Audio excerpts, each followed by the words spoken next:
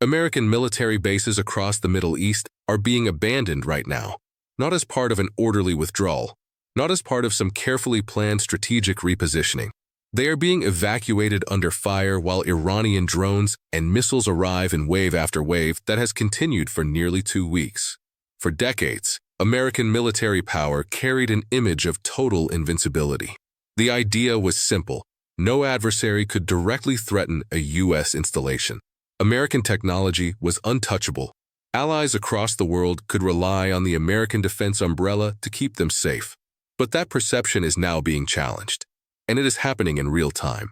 Images of missile strikes, drone swarms, and burning infrastructure have circulated globally, captured by sailors, tracked by international maritime agencies, and reported across global media networks.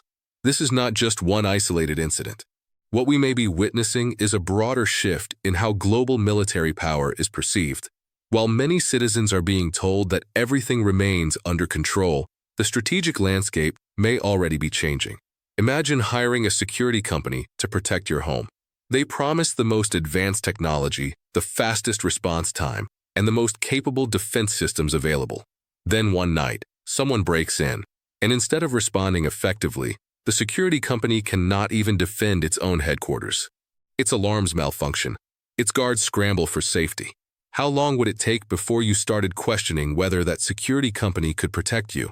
That question is very similar to the one many U.S. allies may now be quietly asking themselves. At what point does a protector become a liability?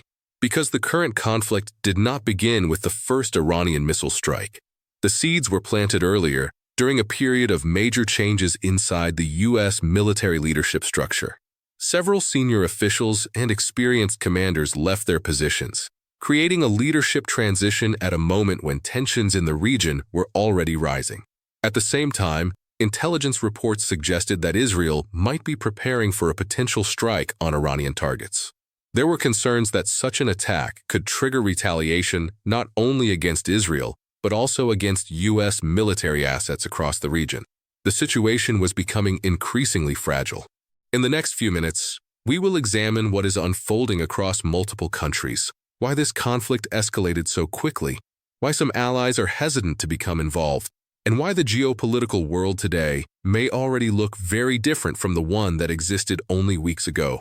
Eventually, the United States carried out strikes on Iranian targets. The decision was controversial, particularly because several Gulf state allies reportedly received little advance warning. Countries such as Saudi Arabia, the United Arab Emirates, Kuwait, Qatar, and Bahrain suddenly found themselves facing the possibility of retaliation within their own borders.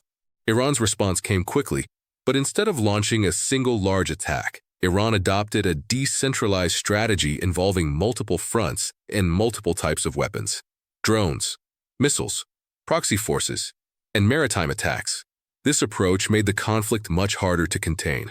Meanwhile, the United States and Israel carried out additional strikes targeting military facilities across Iran. The fighting has resulted in significant destruction, civilian casualties, and severe regional instability. Rather than weakening Iran politically, many analysts believe the attacks may have strengthened internal unity within the country. One of the most serious consequences has emerged in the Persian Gulf. The Strait of Hormuz is one of the most critical shipping lanes in the world. Roughly 20% of global oil shipments pass through this narrow waterway every day. Iranian officials have now openly stated that they are willing to disrupt oil shipments that benefit the United States and its allies. Recent maritime security reports indicate that attacks on commercial ships and oil tankers have increased significantly. Multiple vessels have already been damaged.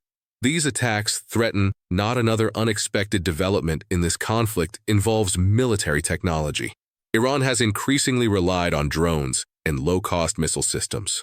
Some of these systems cost tens of thousands of dollars. By contrast, intercepting them with advanced missile defense systems can cost hundreds of thousands, or even millions, of dollars per interception. That imbalance creates a dangerous strategic equation. Large numbers of inexpensive drones can overwhelm expensive defense systems. And when hundreds or thousands of drones are deployed simultaneously, even advanced defenses can struggle to keep up. This strategy is often referred to as asymmetric warfare. Instead of matching an opponent's strength directly, a weaker power focuses on exploiting vulnerabilities and raising the cost of defense. Only military targets, but the global energy supply itself.